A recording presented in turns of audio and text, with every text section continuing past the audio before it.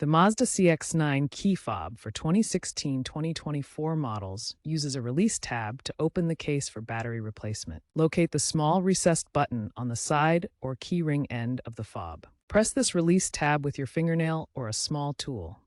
This disengages the internal latch, allowing you to split the fob into two halves. Avoid using excessive force to prevent damage to the case.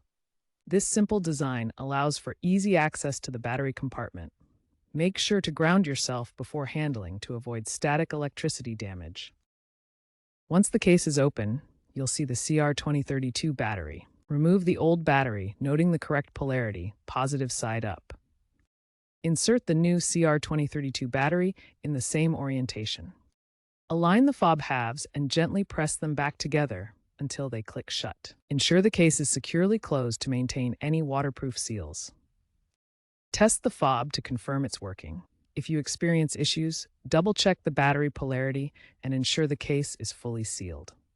If corrosion is present, clean with a gentle brush.